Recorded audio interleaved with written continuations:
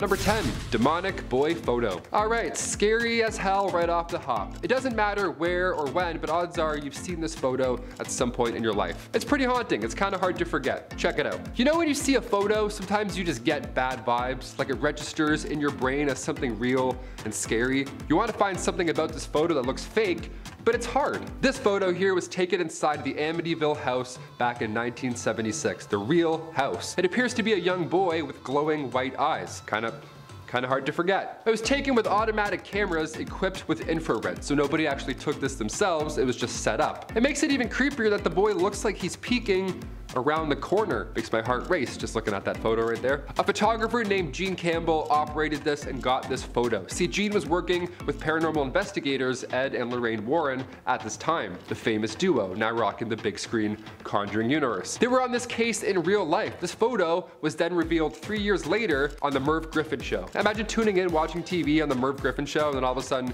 you see the ghost of John DeFeo. That's nice. Yeah, many believe this is the ghost of one John DeFeo, one of the boys who lived there prior to that 1974 horrible event. We're still trying to cover this. What do you guys think? Elaborate hoax, or perhaps this photo is one solid piece of evidence that the Amityville house was and still is indeed haunted? Number 9. Svalbard Vault. Over the pandemic, I spent a lot of time playing video games. Chris and I actually just talked about video games for like 8 minutes straight before we click record, so that's pretty funny. Some of my favorite games always have a similar theme. They always have this post-apocalyptic feel. It's always just barren wasteland with like one dog as a survivor and you have to like go and eat scraps. Yeah, Fallout, it's a great game. There's shelters with survivors or even vaults. It's stressful, but it's engaging, right? Searching around. Now in real life, we do have a global seed vault, and it's deep in the Arctic Circle on the island Spitsbergen. Now in this massive bunker that has since been deemed the Doomsday Vault, great name, really rolls off the tongue there. This is where humans will store food crops. It contains 100 million seeds. So if the earth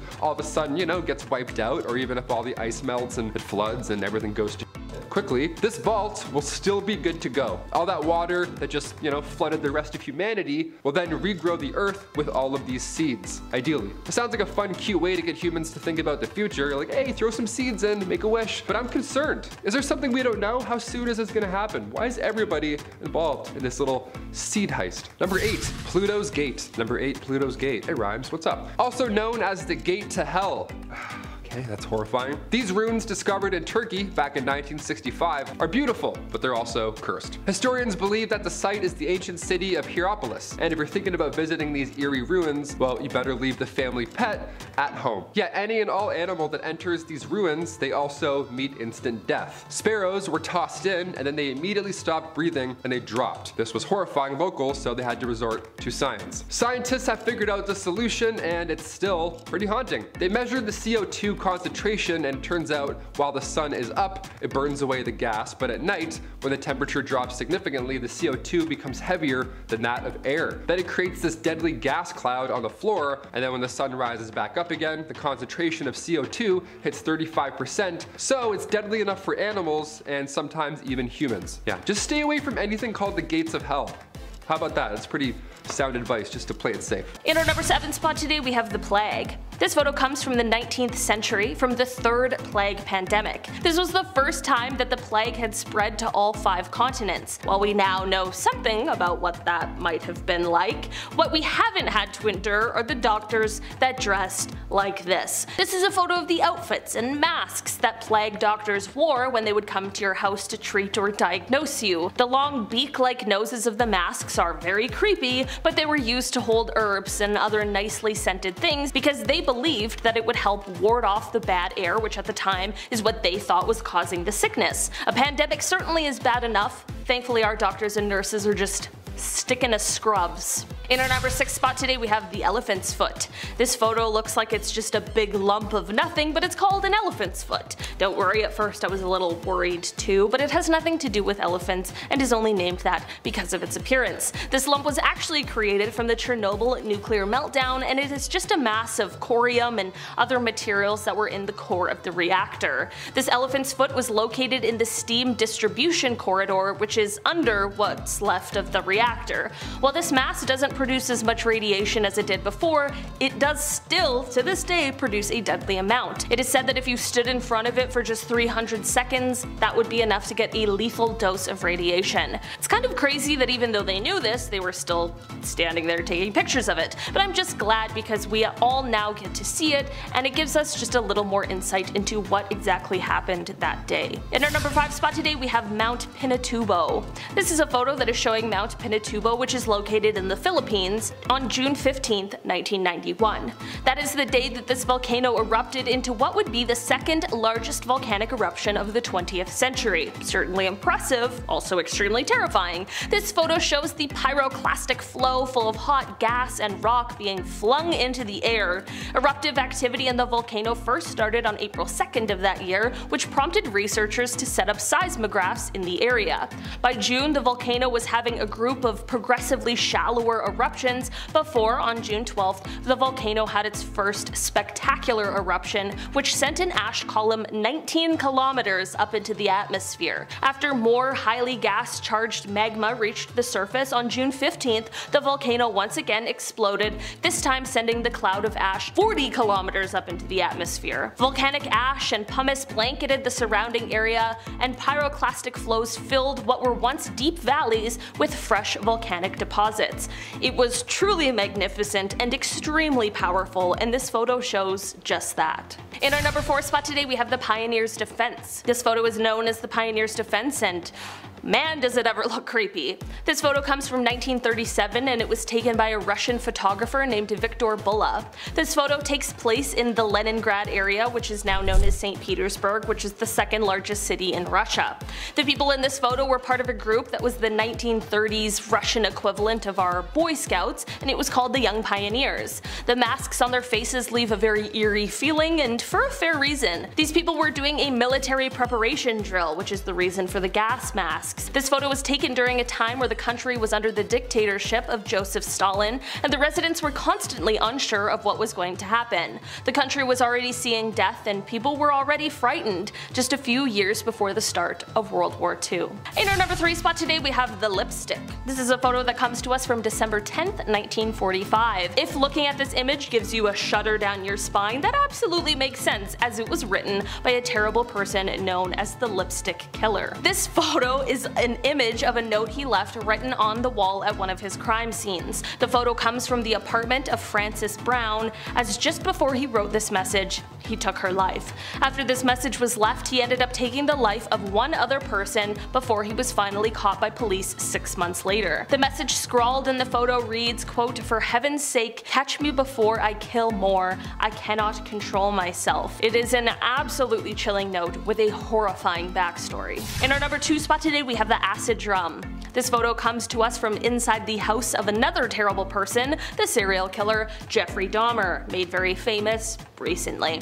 This photo was taken from the inside of his home after he was found out and caught by authorities. Before his arrest, he was sadly able to take the lives of 17 different people.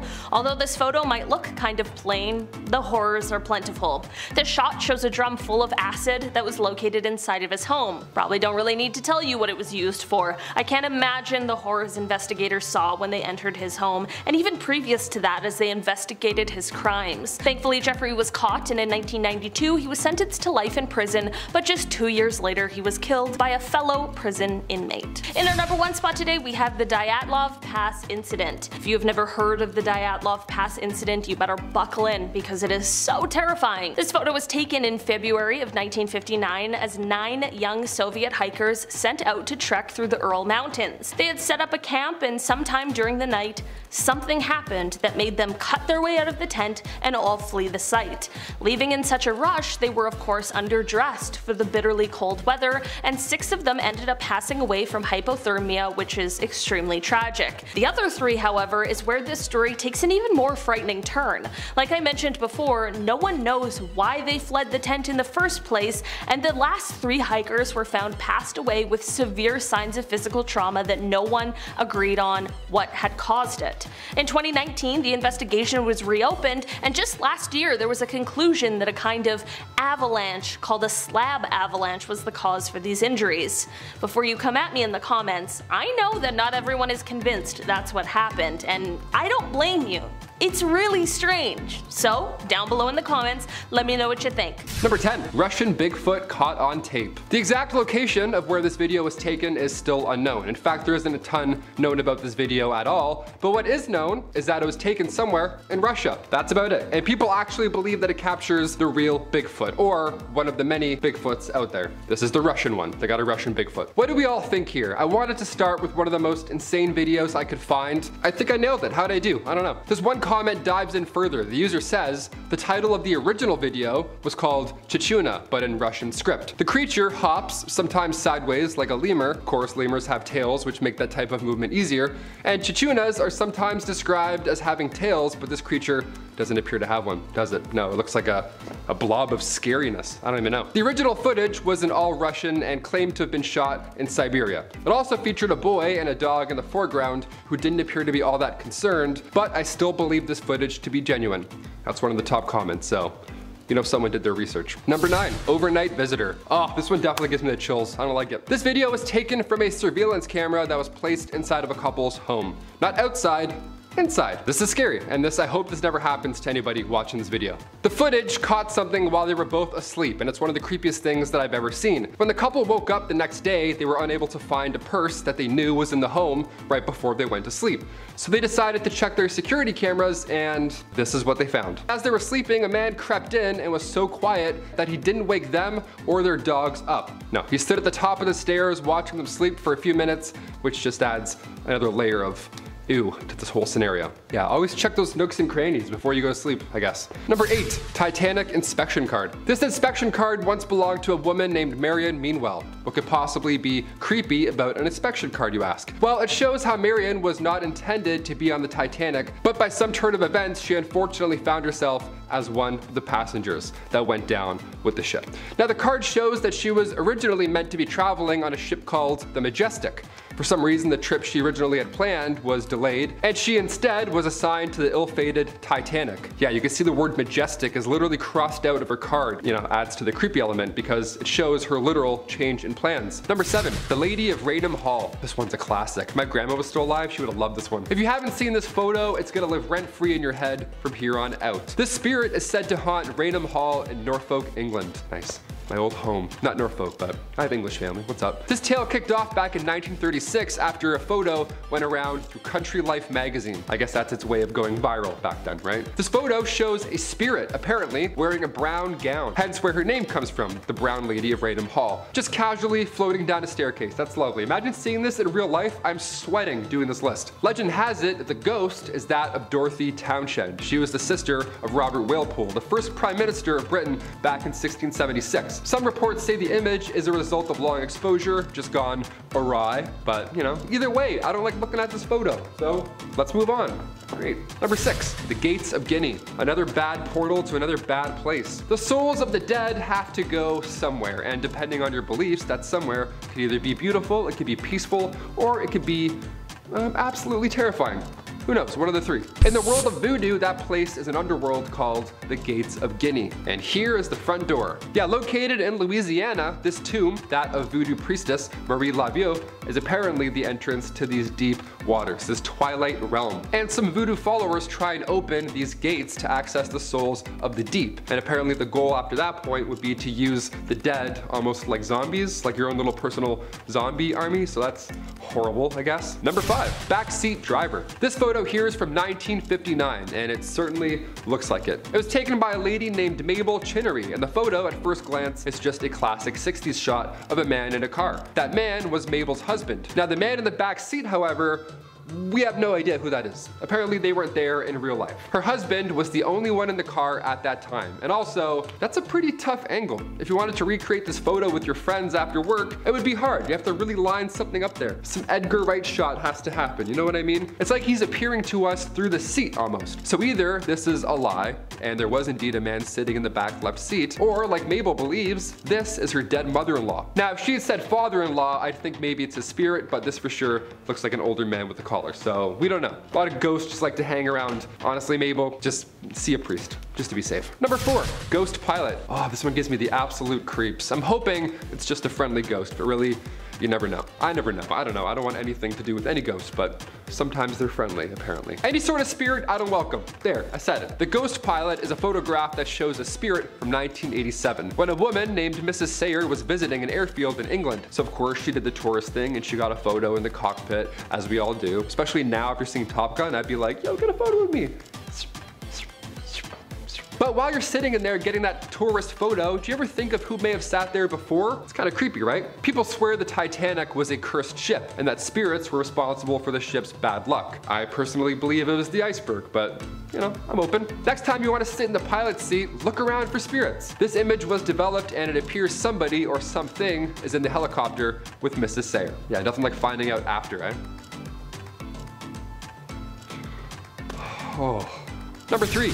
The Spectre of Newby Church. This one comes from 1963, so it's a little more recent, but even so, this is one of the most convincing on this list, in my humble opinion. Reverend K.F. Lord took this photo in the Newby Church in England. England's a hotspot for ghosts, eh? Damn. And Lord ensures us that this photo is 100% real. I mean, to be fair, it looks like the spirit is facing the camera, so I don't know. It's a great frame, but I'm still believing. The whole Plague Doctor vibe going on here, that's what makes me feel gross here. Anything with Plague Doctors is always giving me the creeps, so I can't even look at this photo. The figure seems to be standing on the first step to the altar, yet somehow it is still taller than the actual altar itself. We think this being, this ghost, is about 9 feet tall, so whoever faked this, if that is the case, they must have been on stilts or something. Also, stilts and a sheet over your face on a staircase? I don't know. I don't think anyone faked this. That's for sure a very tall demon. Drink your milk, then you'll be tall and strong in the afterlife, just like that demon right there. Number 2, the Paris Catacombs. As Above, So Below is an underrated horror film. It's very good. If you haven't seen it, go check it out. Makes you all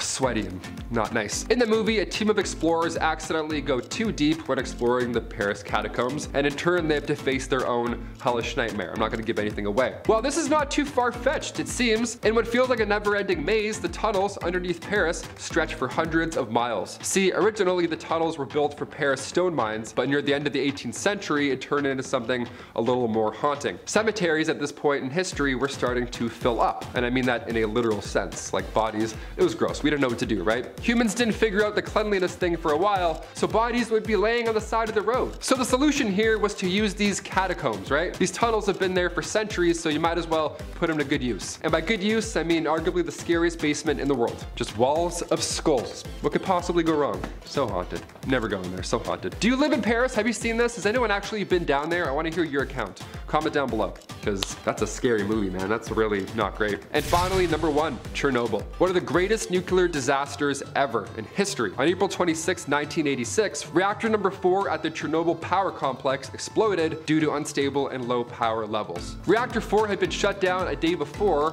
due to maintenance, and the next day at 1:23 a.m., radioactive debris compiled of fuel and reactor components just rained down all over the building. It's a nightmare scenario. Toxic fumes were carried from the wind, and after just 4 months, 28 workers had died due to radiation exposure. Eventually, they had to evacuate over 100,000 residents, and to this day, that zone is a no-go. Reactor 4 will stay highly radioactive for another 20,000 years, so no time soon. Let's not head back there anytime soon. Number 10, the isolator. The last thing anybody wants to do after the almost 2 years we've had. Ugh.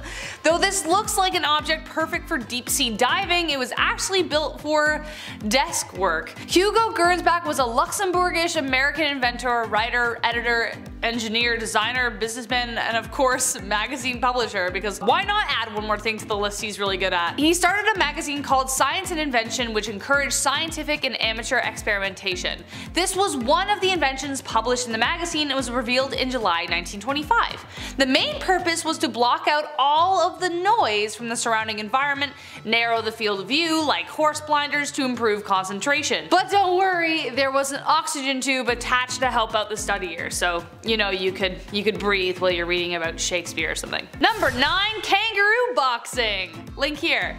This next one looks pretty self-explanatory, but also it's very confusing at the exact same time. Kangaroo boxing actually became pretty popular in the 1800s. In both Europe and the United States, clowns and professional boxers would square off against marsupials in front of herds of people. It was actually started by a university professor just like as a joke, and then it really caught on. Who they cheered for?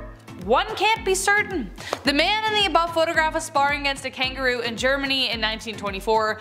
Obviously, the sport did not continue as it was considered abusive to animals who clearly had no idea why this hairless being was all up in their space and trying to beat them up. I don't understand, this is just ridiculous. Number 8. Children shipped in the mail. Picture here. Sounds ridiculous, is ridiculous. But did it happen? Of course it did. However, this picture was actually staged, but this actually did happen. Imagine your sister calling you and telling you your nephew is visiting, and then minutes later the doorbell rings and your nephew is just like chilling with some packing peanuts in a cardboard box. Well, not quite. The postman had to play a kind of babysitter a bit. Shortly after package delivery, a revolutionary thing on its own, was introduced, a couple in Ohio sent their infant son to their grandmother's via postman in 1913. It cost 15 cents plus $50 insurance. Once this oddball story got out, the trend caught on. Regulations were vague about what you could and could not send via post, so why take a bus when you could take a postman? Rural townships also usually knew their postmen really well, so they'd be like, oh come on Joey, here's 15 cents, take little Timmy to my aunt's, I don't know. So they trusted them, they weren't just passing them off to strangers. However, eventually new regulations came out banning the practice.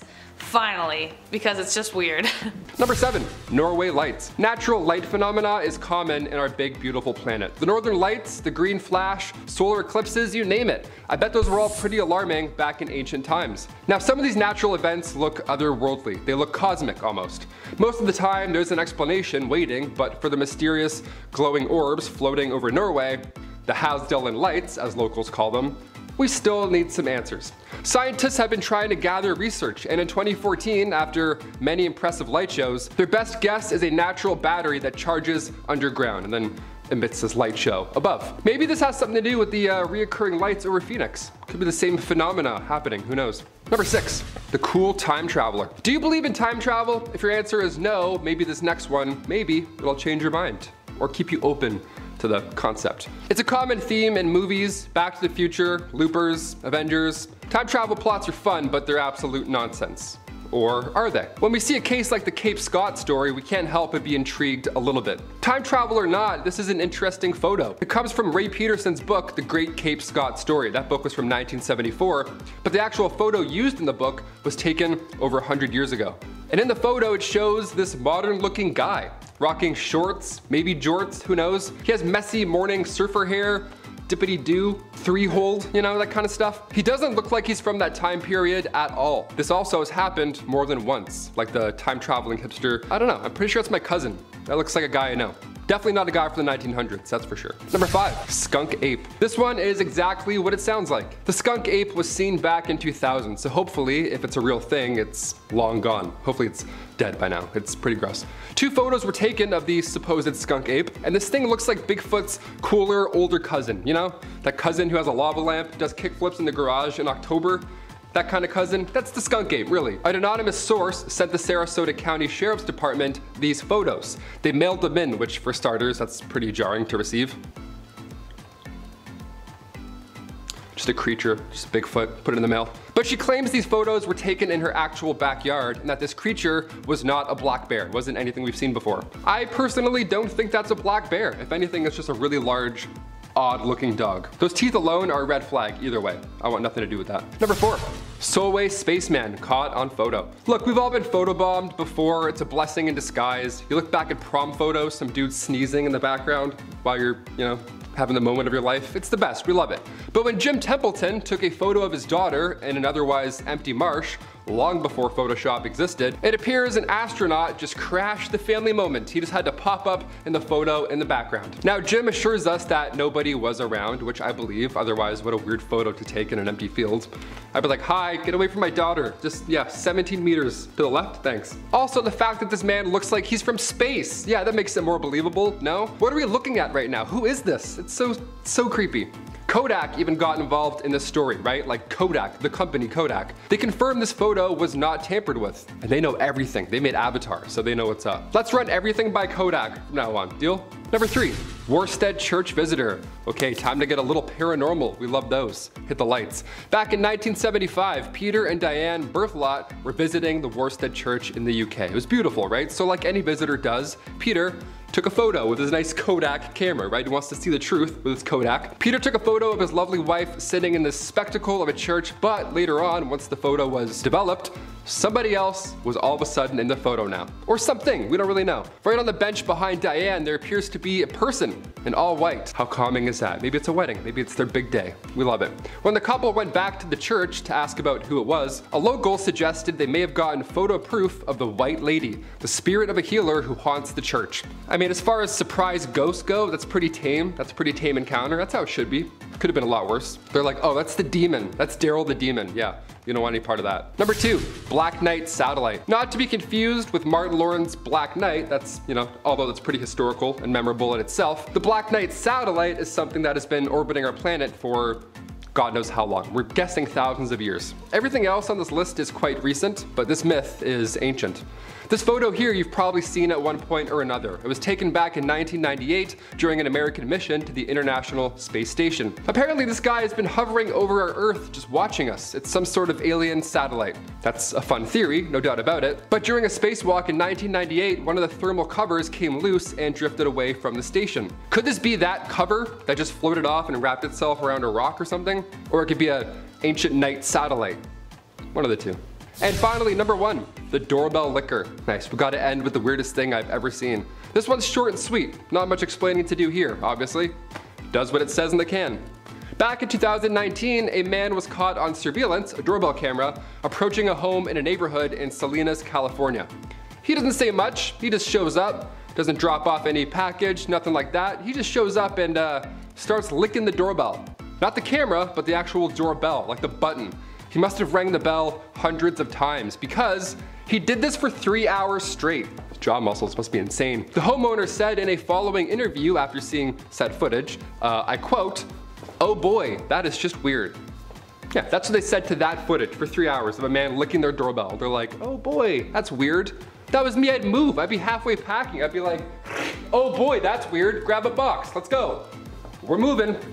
In 10th place, we have the criminal George Washington. The George Washington, whose gravestone is pictured, was not the first US president, but the first prisoner executed via electric chair in Texas. On February 8th of 1924, Texas executed a total of 5 inmates using its brand new electric chair, which remains a state record for the highest number of executions in a single day. In 1923, Levi Todd, who lived in the same area, made himself a new gambling table and promised George Washington he would give him the leftover lumber. But Levi gave the wood to another man. And George was so incensed that he shot and killed Levi as he sat playing poker with some friends seated around that new table. And to add to his crime, George shot Levi's terrified wife as she ran past a window in the Todd home. Mrs. Todd thankfully didn't die. He shot the Todd's dog and emptied his bullet device trying to kill one of the poker players, Frank Larry. But none of his bullets struck Frank, and he emptied his own safety device at Washington, hitting him with a load of buckshot. When the shooting subsided, Washington ran into the woods, only to be discovered a few days later as he slept, and well, the rest is history. I do have a fun fact for y'all though. The electric chair actually has a name. Old Sparky, and it is currently on public display as part of a replica death chamber at the Texas Prison Museum in Huntsville, Texas, along with tubing and straps used in Texas's first execution by lethal injection. Cool, I might go visit that museum now. In 9th place, we have Victorian death photographs. Photographs of loved ones taken after they died may seem kind of morbid by today's standards, but in Victorian England, they were a way of commemorating the dead and blunting the sharpness of grief. Remember, unless you were rich enough to have a painting commissioned, there really wasn't a way to preserve visual proof that someone existed, and how they looked for future generations. In images that are both unsettling and strangely poignant, families pose with the dead, and consumptive young ladies elegantly recline, the disease not only taking their life, but increasing their beauty. Victorian life was suffused with death. epidemics such as diphtheria, typhus, and cholera scarred the country. And from 1861 onwards, the bereaved queen made mourning fashionable. Trinkets of memento mori, meaning remember you must die, took several different forms and existed long before Victorian times. Long exposures when taking photographs meant the dead were often seen more sharply than the slightly blurred living because of their, lack of movement. On some occasions, eyes would be painted onto the photograph after it was developed, which was meant to make the deceased more lifelike, while other times death was more obvious. Locks of hair cut from the dead were arranged and worn in lockets and rings, death masks were created in wax, and the images and symbols of death appeared in paintings and sculptures. But in the mid-1800s, photography was becoming increasingly popular and affordable, leading to memento mori, photographic portraiture. Try saying that 5 times fast. You don't want to know how many times I failed. The first successful form of photography, the daguerreotype, was an expensive luxury, but not nearly as costly as having a portrait painted, which previously had been the only way of permanently preserving someone's image. As the number of photographers increased, the cost of these photos fell. Less costly procedures were introduced in the 1850s, such as using thin metal, glass, or paper rather than silver. I see where Weekend at Bernie's got their inspiration. In 8th place, we have a ghostly mural. The ghostly figures shown in this mural in the Karl-Lerstrasse tunnel in North Rhine-Westphalia, Germany, depict the 21 young people who died in a stampede in 2010 at Love Parade, a German music festival. At least 500 others were injured in the devastating tragedy. The Love Parade was a free-access music festival and parade that originated in 1989 in Berlin. The parade featured stages, but also had floats with music, DJs, and dancers moving through the audience. The Love Parade in Duisburg was the first time that the festival had been held in a closed-off area. Between 200,000 and 1.4 million people were reported to be attending the event, and 3,200 police were on hand. As a consequence of the disaster, the organizer of the festival announced that no further Love Parades would be held and that the festival was permanently cancelled. Criminal charges were brought against 10 employees of the city of Duisburg and the company that organized the event, but eventually rejected by the court due to the prosecutor's failure to establish evidence for the alleged acts of negligence and their, causal connection to the deaths. The mural was established by an unknown artist as a reminder of the sad day. Number 7. Mummies for sale. Considering the frenzy that people get into when archaeologists discover a new mummy, you might be surprised to learn that this picture is actually a street merchant selling mummy merchandise of actual mummy. During the Victorian era in the 1800s, Napoleon's conquest opened the gates of Egypt to the Europeans, making mummies a really hot commodity. Like, imagine somebody uncovering your aunt and going, ooh, we could sell her. Weird, right? Like 1,000 years from now? They could be purchased from street vendors, just as you see from this photo. The Euro Elite used to even have mummy unwrapping parties, which is exactly as it sounds and not what you would expect people to do with a corpse. But even weirder than that, people actually thought ground up mummies had medicinal properties. It was so popular that it even instigated a counterfeit trade to meet the massive demand for magic mummy ground stuff. What did the counterfeit trade involve? The flesh of beggars instead of mummies. All that behind one picture. Number 6. Half and half. This next one actually has a kind of sad story behind it, but paints a very clear picture of the division between Catholics and Protestants, and actually just religion in general. This picture depicts 2 graves in the Netherlands, one belonging to a Protestant and the other a Catholic. In 1842, a 22-year-old Catholic noblewoman fell passionately in love with a 33-year-old commoner, a colonel in the cavalry who was also Protestant, a big no-no. Their marriage was a total scandal, but they said screw you to their peers and stayed together for 40 years. The woman's husband died in 1880, and to forever unite them, she built a grave that would forever keep them together even though they were apart by a wall. The old cemetery was strictly divided into Catholic, Protestant, and Jewish sections, so these 2 monuments were built so they could forever be together. Does anybody have a tissue? Number 5. Leo the Lion! Believe it or not, you've seen this lion before. In fact, you've probably seen him many times while watching your favorite films as a kid and even now. The lion in the photo is the one, the only, Leo the Lion, the majestic beast who roars the MGM logo, like the old one. Leo the Lion was the regular star of MGM since it was founded in 1924. The first MGM lion was called Slats, not Leo, and he actually didn't roar, he was just kind of like looking around. It was more like a gif. But Leo is actually the most familiar roar, like everybody knows what he sounds like. But who is the man having tea with such a lion? Well, that of course is Alfred Hitchcock, the king of thrills. This photo was taken in 1957 of the two legends posing to enjoy a hot cup of British tea. Number 4. Walter Yeo. Though the picture itself is a little disturbing, it signifies a life-changing moment for Mr. Walter Yeo and also for thousands more. This was one of the world's first plastic surgery procedures. Walter Yeo had suffered a dreadful accident while manning the guns on the HMS Warspite during World War I. He lost both his upper and lower eyelids in the event. A year later, however, he met Sir Harold Gillies, who would be considered the father of plastic surgery. His idea was to take skin from another part of Yeo's body and place it over the area in like a mask-like shape, as you can see in the photo. Dr. Gillies then went on to carry out the surgery on 5,000 injured men from June 1917 onward. And thanks to his work, thousands of people have benefited since the years of the war. Yeo himself lived until he was 70 years old. Number 3. The Dynasphere. The car of the future that really never made it there, and we can see why. Every car we have today has 4 wheels, not just one. Some have more than that now, it's getting confusing. But in the 1930s, J.H. Purvis had a vision. He called it the Dynasphere. It was a large wheel with a cabin in the center for the driver and the passenger to sit. Funny enough, it did actually work. Check this out. But did anyone else notice the problem with driving it? Yeah.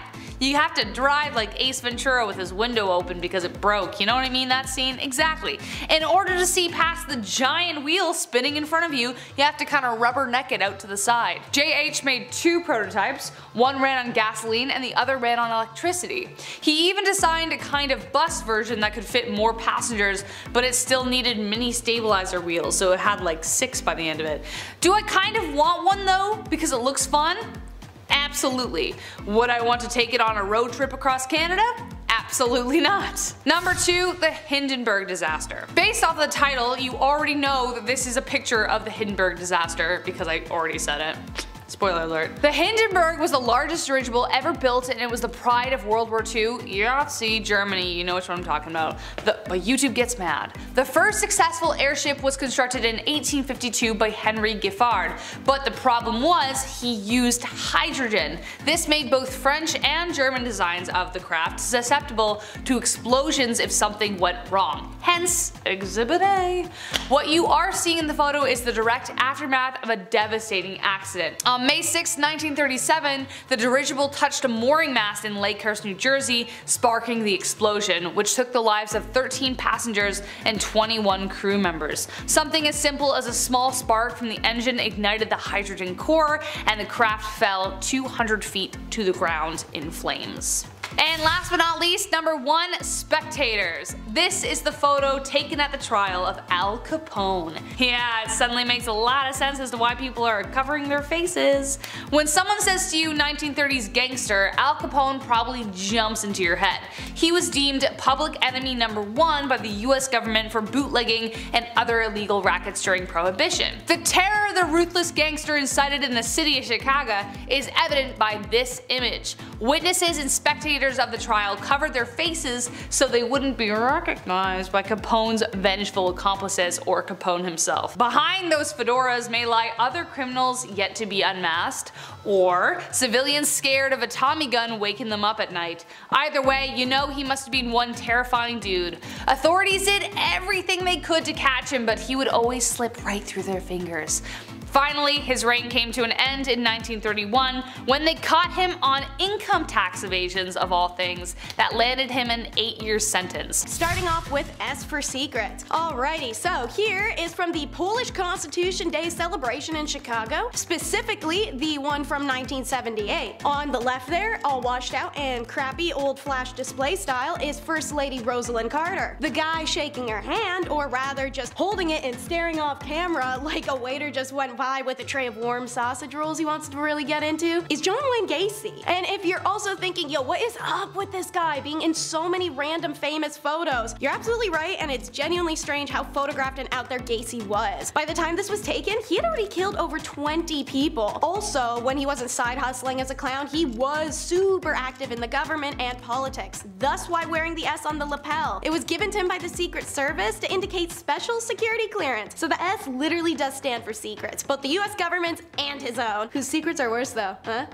Anyways, at the bottom of the handshake photo, you can see the handwritten address to John Gacy, best wishes, Rosalind Carter. I've heard beauty is pain, but I haven't heard beauty is the next Saw movie. Check out the Beauty Calibrator. Seeing pictures, you may think it's some sort of Middle Ages torture machine, or as said, literally one of those Saw movie head devices. But surprisingly not. It's another way to point out women's insecurities and find the smallest things possible to make them feel bad over. Meet the Max Factor Beauty Calibration Machine. It is the only one in existence, thank God, and in 1932, the makeup legend Max Factor came up with this ingenious invention combining phrenology, cosmetics, and insecurity gaslighting with pseudoscience analysis of a woman's physical flaws. Max Factor's Beauty Calibrator enabled Hollywood makeup artists to pinpoint where facial corrections needed to be made down to a literal fraction. The machine, also known in the trades as the Beauty Micrometer, revealed that a natural perfect face was a myth. Every single woman was imperfect and needed correction, and this machine could find it by taking precise measures. It would mark spots that needed to be fixed, and then the artist, once the helmet was removed, could correct all the new insecurities with makeup that you didn't have before you put the stupid thing on. Next up is a photo that's all dramatic flair, the death card. Masseria represented an outdated mindset in the mafia world, one that could no longer be reasoned with diplomatically. The same is true of his rival Marandano. The ongoing tit-for-tat killing between the two genuinely wreaked havoc on not only the streets but in the mafia hierarchy itself.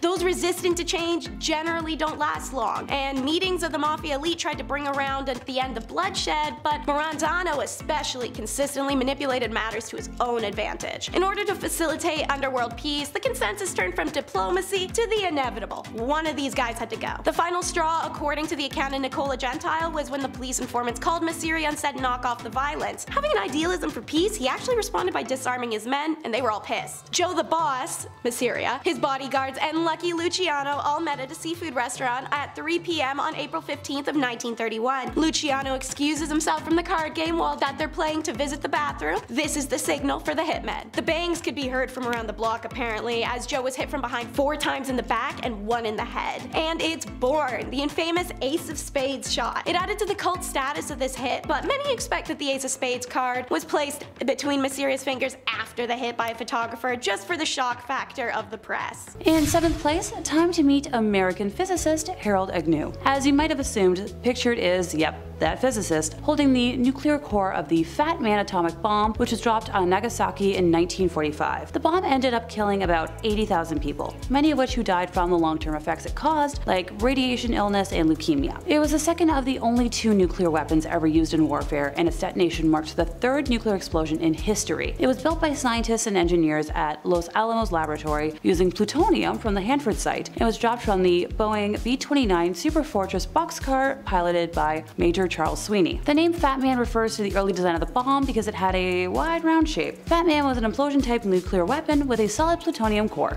In 6th place, we have Karl Wallenda. Karl Wallenda was a German-American high-wire artist and the founder of the Flying Wallendas, a daredevil circus troupe whose members performed dangerous stunts far above the ground, often without a safety net, and still perform to this day. The photo that stayed with me was from a triumphant moment in 1978, just after he crossed the Tower Bridge in London by, yep, tightrope. Later that year, at the age of 73, Karl attempted a walk between the 2 towers of the 10-story Condado Plaza Hotel in San Juan, Puerto Rico, on a wire stretched 121 feet above the pavement. As a result of high winds and an improperly secured wire, he lost his balance and fell during the attempt, and it was caught entirely on camera. Speaking of the Flying Wallendas troupe, as I mentioned before, they still perform to this day, with Karl's great-grandson Nick Wallenda breaking world records and performing feats that make my stomach turn. In 5th place, we have the Challenger explosion. On January 28th of 1986, the Space Shuttle Challenger broke apart 73 seconds into its flight, killing all 7 crew members aboard. The spacecraft disintegrated 46,000 feet above the Atlantic Ocean, off the coast of Cape Canaveral, Florida at 11:39 a.m., and it was the first fatal accident involving an American spacecraft while in flight. The mission, designated STS-51L, was the 10th flight for the orbiter and the 25th flight of the Space Shuttle fleet. The crew was scheduled to deploy a communication satellite and study Halley's Comet while they were in orbit, in addition to taking school teacher Christina McAuliffe into space. The latter resulted in a higher than usual media interest and coverage of the mission. The launch and subsequent disaster were seen live in many schools across the United States. The cause of the disaster was the failure of the primary and secondary redundant O-ring seals in a joint in the shuttle's right solid rocket booster. The record low temperatures the morning of the launch had stiffened the rubber O-rings, reducing their ability to seal the joints. Shortly after liftoff, the seals were breached, and hot pressurized gas from within the SRB leaked through the joint and burned through the aft attachment strut, connecting it to the external propellant tank, ET for short, then into the tank itself. The collapse of the ET's internal structures and the rotation of the SRB that followed threw the shuttle stack, traveling at a speed of Mach 192, into a direction which allowed aerodynamic forces to tear the orbiter apart. Both SRBs detached from the now destroyed ET and continued to fly uncontrolled until the range safety officer destroyed them. The crew compartment, human remains, and many other fragments from the shuttle were recovered from the ocean floor after a 3-month search and recovery operation. The exact timing of the deaths of the crew is unknown, but several crew members are thought to have survived the initial breakup of the spacecraft. The orbiter had no escape system, and the impact of the crew compartment at terminal velocity with the ocean's surface was too violent to be survivable. The disaster resulted in a 32-month hiatus in the space shuttle program. In 4th place, we have death recreations. Honestly, looking at this photo, it looks just like the special effects team for a movie studio or haunted house, just doing their job. But sadly, the reality is much more grim. In 1980, forensic artists were recruited to reconstruct the facial features of 9 unidentified victims so that photos could be released by the media in an attempt to identify them. Oh, pardon me, I got a little ahead of myself. The victims belonged to one John Wayne Gacy, otherwise known as the Killer Clown of Cook County, Illinois between 1972 to 1978. He killed over 33 individuals during his reign of terror inside of his ranch-style house in Norwood Park Township. I could go into details about how he committed his crimes, but I don't feel like scarring anyone today. All you need to know is that he gave magic tricks a very bad name. In 3rd place, we have the room where the Romanov family were killed. The Russian Imperial Romanov family were shot and bayoneted to death by the Bolshevik revolutionaries under Yakov Yurovsky on the orders of the Ural Regional Soviet in Yekaterinburg on the night of the 16th to 17th of July, 1918. Also killed that night were members of the imperial entourage who had accompanied them: court physician Eugene Butkin, lady-in-waiting Anna Demidova, footman Alexei Trupp, and head cook Ivan Kharitonov. The bodies were taken to the Koptyaki forest, where they were stripped, buried, and with grenades to prevent identification. In 2nd place, we have camp staff taking a day off. Now, to the unknown eye, this is a very innocent picture, and you might be asking why it's so high up on this list. I'm gonna ask y'all to pay close attention to the uniforms that people are wearing. Still not making sense? This photo is of Auschwitz staff enjoying pleasant days off. They look like camp counselors, but their job is, killing people in horrible ways, and they enjoyed it. Most probably took lives not shortly before or after this was taken. Easily the most unsettling photo for me today, since the absolute contrast makes my stomach turn. And in 1st place, we had the Uruguayan Air Force Flight 571. This picture was taken of a group of survivors of that crash in the Andes. They're all smiling in this photo, but it becomes eerie when you see the human spine to the right of them in the photo. I'll get to it, I promise. On October 13th of 1972, human error caused the plane and the 45 folks on board to crash into the Andes mountain range in Argentina, just shy of the border within Chile. Amid the wreckage of the mangled plane, on a mountain glacier about 80 kilometers east of the planned flight route, 33 passengers were still somehow alive. 5 people didn't survive the first night of below freezing conditions on the mountain in the remote Andes, and a 6th person died within days. Those who were still alive and not, critically injured or in a coma, used parts from the plane to create shelter: snowshoes, goggles, and also figured out a way to melt snow for drinking water. The survivors had no medical supplies or appropriate clothing and were stranded on the mountain as temperatures plunged to like minus 30 degrees Celsius. The little food they had was quickly running out. In a cruel twist, the survivors had found a transistor radio in the wreckage and were using it to listen to updates on the search effort. On day 11, they heard the announcement on the radio that the search for them had been called off. Starvation soon set in. They had 8 bars of chocolate, a tin of mussels, 3 jars of jam, some nuts and dried fruit, and some lollies and a bottle of wine. That's all they had to eat, and that was gone within a week. Desperate, the survivors ate cotton and leather from the plane seats. Okay, alrighty, time to talk about that spine. So eventually, as the bodies of the frozen dead laid around them, the survivors were forced to consider their only chance for survival. All the passengers were Catholic and held deep moral concerns about eating their relatives, teammates, and friends from school, but as a group reluctantly decided eating the bodies of the already dead was their only chance of making it off the mountain alive. They also mutually agreed that if any of them died, the others could eat them for sustenance. Eventually, on December 22nd, which was 72 days after the plane crash, search crews finally recovered the 16 remaining survivors. Starting off this list, in our number 10 spot, we have the Mad Bomber. This is a photo that was taken of someone known as the Mad Bomber. His real name is George Metsky, and he was the man who terrorized New York City for 16 years while he planted explosives in public places like an absolute psychopath. I guess he was apparently angry about a workplace injury he had suffered in the years prior to his terrible crimes, and so of course the normal reasonable jump to make would be not that at all. While no one should have ever had to suffer because of these crimes, the good news is that while he planted 33 bombs and set off 22 of them, miraculously only 15 people ended up injured in the end. This photo of him behind bars is extremely eerie thanks to his creepy smile and haunting eyes. I might be the only one who feels it, but it just seems like something's off.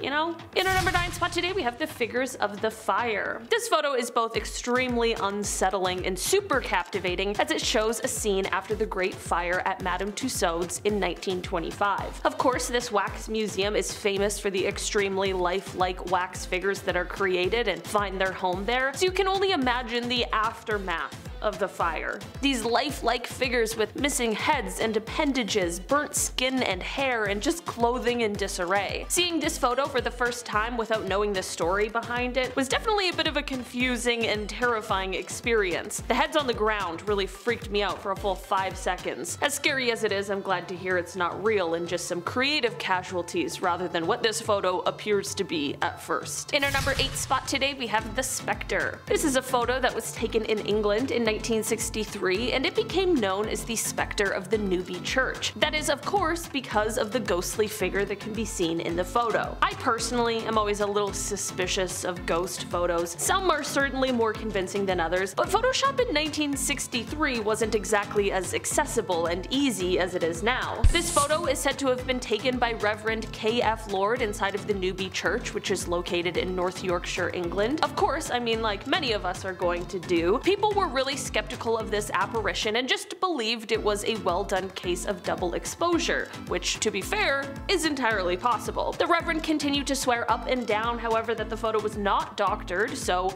at this point there's no proof to prove either side and it's just a game of he said she said. So what do you guys think? Apparition caught slipping, or is the Reverend just making it up? Next is a series of photos recovered before they could be lost. Holes in a window. Former LAPD reserve officer turned photographer Merrick Morton was faffing around in the LA Police Department when he comes across a stash of LAPD crime photos ranging in the dates of 1920s all the way to the 1970s. These were cellulose nitrate based film and the negatives were so decomposed they're deemed fire hazard, but Merrick saw enough of the few stills to know that they'd be an absolute effing gold mine. Working with Phototeca Photo Digitation Service and the US National Film Archive, the photos were given a new life. This collection is NSFW and there are hundreds. Now spruced up, the macabre photos are mostly crimes and many of them violent and depicting the bodies or surviving victims' injuries. Obviously the ones you're seeing on screen as I'm talking are tamer, such as my choice, the one you're seeing now, holes in the car window. Something about it gives me a deep sense of discomfort, thus the choice. The collection contains recognizable crimes and faces too, an unusual photo of Malaya Nurmi dressed as Vampira, pictures of comedian Lenny Bruce's OD in March of 1966, and images of the Manson family arriving at their arrangement in 1970. Every photo is scary and every single has a disturbing backstory. Some captions are provided by author James Elroy in his book LAPD 53. You can win, but sometimes you still lose in the end. It's the devastated Disneys. Meet Howard Ashman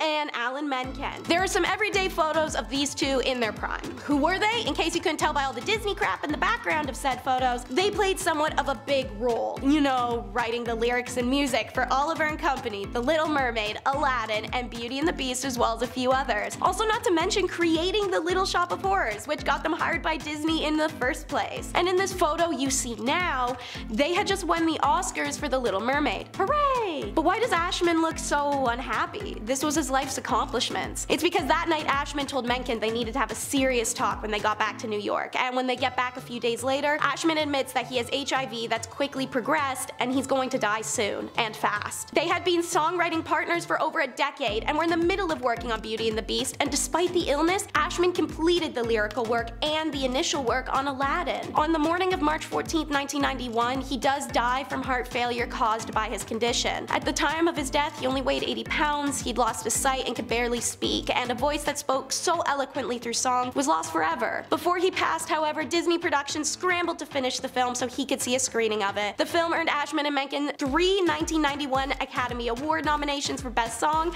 and the title song winning the award. Perhaps most amazingly, Beauty and the Beast was the first animated film ever nominated for an Academy Award for Best Motion Picture. So it looks like a photo of two men achieving their wildest dreams, but it's a record of their last normal moment together. Oh look, it's the D-Bags Day Off! Camp staff! Check out this jolly-go-lucky group. They got the day off of work because the weather was nice for the first time in a long time. During the wartime, that must have been awesome, especially being young. Finally shirk responsibility, maybe go get a pint, have a picnic, hang out with each other, maybe get a little frisky, lavishing in the sun. I'm done looking at them. In fact, I'm sick by having to look at them. When that group of people is gonna have lighted and silly summer fun on a day off, they're going back to their jobs at the camps of World War II to do exactly what you're thinking they would be doing for work when I say they work at the camps of World War II. And they enjoyed it. This wasn't one of those mandatory war jobs or excuses you can make up for following orders. These young adults, who may as well be the grandmothers, grandfathers, or great-grandma or pa of people even watching, chose to do this job and actively enjoyed it. So this is a good reminder it's not that far in the past, and these people most likely took lives shortly before or after this photo was taken. Did Halloween come early, or is it just Sylvester Claus? Yeah, so I chose this photo out of, trust me, like thousands of equally creepy ones because I feel it truly captures the what the bleep factor this holiday has. And they do it every 31st of December to 13th of January. The Sylvester Clausen of Ernach and the surrounding area Appenzell custom that is famous throughout Switzerland. The custom derives its charm from the unique blending of contrasts such as nature and art, mystery and tradition, harmony and anarchy. The Sylvester Claus that ushered the old year out and ring in the new. There are three types of these clauses: the beautiful, the ugly, and the pretty ugly. Common to all the clauses are bells in various shapes and sizes that they wear on their bodies. Their rituals begin in the early morning each day. The various Schupel meet at the village square before each group goes its own way. A group will pull up in front of your house, then hop around and jump up and down to make the bells ring, and then they start yodeling at you. You listen to the yodel, they say Happy New Year, give you some cash, some liquor you have to drink from a straw, and then they just leave. Dark backstory gossip, however, in times of poverty and hunger, which afflicted the region frequently, Clausen was a way to earn a little extra money, and in the 1930s, what was known as Belchel Claus, aka the Beggar Claus, began to appear on the streets. Essentially homeless Santa Clauses, but Santa looked like that. As a result, the influx of beggars in the Claus Guide resulted in heavy restrictions, and in the 1950s, the custom had nearly died out. It's only thanks to the initiative of individuals in the 1970s that this got to come back and enjoys enormous popularity today. Somebody come get their creepy uncle. Cannot tell me this isn't the energy this photo gives. Creepy uncle. The woman is unidentified, but definitely a follower to be able to handle that guy's BO and greasy hands on her. It was taken of the Children of God leader, David Berg. This group started in 1968 in California after Berg claimed God himself had gifted him with prophecies. In reality, Berg started making extreme demands of his followers, give up their money, worldly possessions in exchange for limited outside access, horrible cramped living conditions, brainwashing, and would make this group famous for really bad reasons I can't and would rather not get into. Former members of COG have been outspoken about the childhood they suffered growing up in the communes. Actress Rose McGowan, the most famously outspoken, published her story of 9 years in the group. Actors Joaquin and River Phoenix, also raised in the cult, had it harder than Rose, and that trauma plagued River especially. He was actually the original heartthrob of the 80s and 90s, a role, fun fact, DiCaprio only managed to take once River's substance addiction caused by his traumatic childhood unfortunately took his life. So more of an unfun fact, but the matter stands that River painted the way for DiCaprio, and this psycho ruined a lot of people's lives. Have you ever seen a photo you can feel? Before you see the photo itself, you're gonna learn about the man in it. So, Joseph Goebbels, a National Socialist politician and propagandist who held multiple high-rank roles in the Yahtzee party. As a party chief for Greater Berlin, 1926 to 45, Reich leader of propaganda, 1929 to 45, and in 1933, the push-broom mustache twit appointed Joseph the Minister for Propaganda and Public Enlightenment. He was a devout, unbridled through and through bigot, a tireless agitator, and the propaganda this man designed, wrote, and funded had shipped through dozens of countries and shaped the perspective of Jews in a way that can actually never be undone. It's this propaganda many people still cite when asked for factual basis or logical argument as what Jews had done oh so wrong. It's Joseph who orders the mass burning of literature, who sentenced thousands to death, and who made up lies to ensure hatred, a hatred that still stands today. And I want you guys to see how he looked at them. So here is the photo, finally. This is a picture picture of Joseph Goebbels taken only seconds after he found out the photographer was Jewish. In this photo, you can feel it, and it's effing terrifying. And now, the last photo is from El Monte, 6 May. That's the date written on this photo from the LAPD Collective, and it's the only other photo from said collection I chose to put on this list aside from the holes in the car window. As follows is the photo and James Elroy's written description of it. This is a detective modeling a mask worn by Baxter Shorter's crew. Shorter was in a gaggle with Emmett Perkins, Jack Santos, and Barbara Graham. The three of them then killed an old woman named Mabel Monahan on 9 March 1953. Shorter was appalled by his gaggle's violence. He ratted the others out, and Santo and Perkins kidnapped him in front of his pad on Bunker Hill, took him to the mountains, and killed him. Shorter had a sister that lived in El Monte, and they were hunting through it for evidence. This mask was in her pad.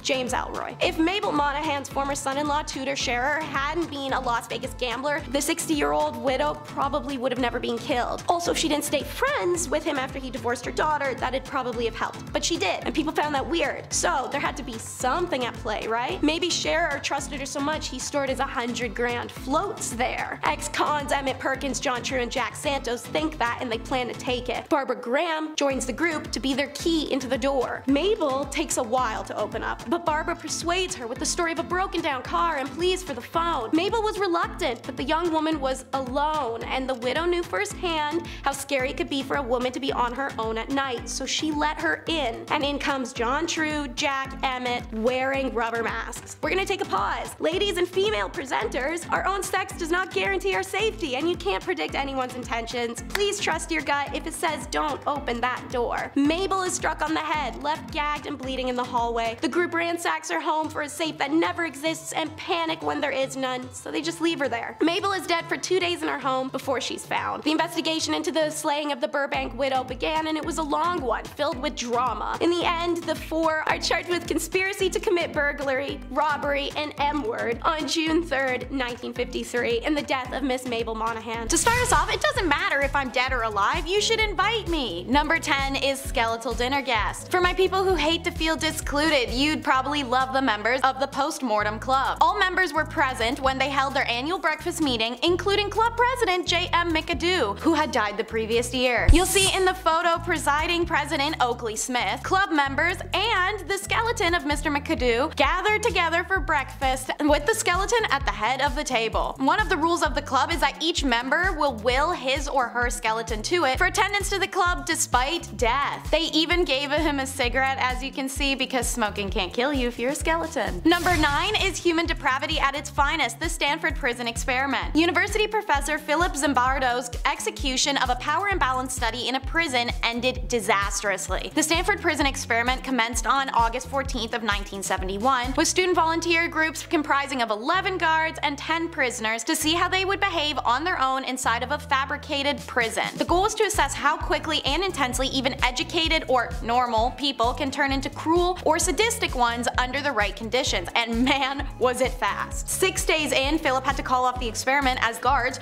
were increasingly abusive to the inmates, spraying them with fire extinguishers, forcing them to clean toilets barehanded, denying them food, or just simply beating on them. The inmates and few guards who were visible minorities faced the worst treatment out of everyone. The study and the eerie photos of it inside left behind a chilling look at what humans are capable of. A killer's plea is number 8. Alright, so obviously someone who takes other people's lives shouldn't get to plea anything, but in the case of the 1946 lipstick killer, their plea wasn't one for freedom or for mercy. At a Chicago crime scene, the perpetrator used lipstick to write on the wall, quote, "For heaven's sake, catch me before I kill, I cannot control myself." This message may actually sound kind of familiar. It's because TV shows including Criminal Minds, Castle, Law and Order, and so many more have actually taken inspiration from this image and its written message for varying episodes. The man who had written this message, William Hirons, gets his wish as he's caught soon after. He was convicted, and at the time of Hirons' death in 2012, he'd been locked up for approximately 66 years, making him the longest serving inmate in the USA. William's message is a reminder that not all those who commit heinous crimes are in their right of mind, and sometimes they have no ability to control their actions. While it's not an excuse, it is an explanation. In our number 7 spot today, we have the Tsar Bomba. This is a photo that was taken on October 30th, 1961. It was quite the Halloween spooky fright that year, as this is said to be the largest and most powerful nuclear weapon ever created and tested. The hydrogen aerial bomb was developed in the Soviet Union by a group of nuclear nuclear physicists that were under the leadership of Igor Kurchatov. The bomb was dropped by parachute and was detonated autonomously. While this test was meant to be a secret, turned out to be less than well kept, as it was obviously a huge explosion that was detected by United States intelligence agencies. A secret US recon aircraft called Speedlight Alpha was there monitoring the explosion, and it got so close that it had its anti-radiation paint absolutely scorched off. The photo clearly shows the bomb as it exploded, and it is said that this bomb was 5,000 times stronger than the ones that were dropped on Japan during World War II. That's not to say that those ones weren't strong, because they were absolutely devastating. It's just an example to show how large this one really was. In our number 6 spot today, we have the 3 Jacksons. On August 21st, 1934, 3 fearless acrobats known as the 3 Jacksons, Charlie Smith, Jewel Waddick, and Jimmy Kerrigan, all performed a routine on the edge of the Empire State Building, which is when this photo was captured. It is said that these 3 toured as an acrobatic trio, and this stunt the photo captured was done at 1,245 feet. According to officials from the Empire State Building, it is said that this was the first time the stunt was attempted, and to this day, it has never been done again, which makes a lot of sense. While this photo is absolutely incredible and is such a testament not only to the trust that they shared but also their abilities as acrobats, I don't know who in their right mind would try to recreate this. We already have one. I think we can just all be happy with that. In our number 5 spot today, we have the Gentleman of Rahi. This photo shows the Gentleman of Rahi, and that is not a gentleman and instead is the world's oldest surviving diving suit. It is an absolutely terrifying sight, but also an important pillar that allowed for this kind of technology to develop to what it is today. The suit dates back to the early 18th century, but it came to find its home at the Rahi Museum during the 1860s after it was donated. The suit was initially designed to allow people the ability to check the hull of ships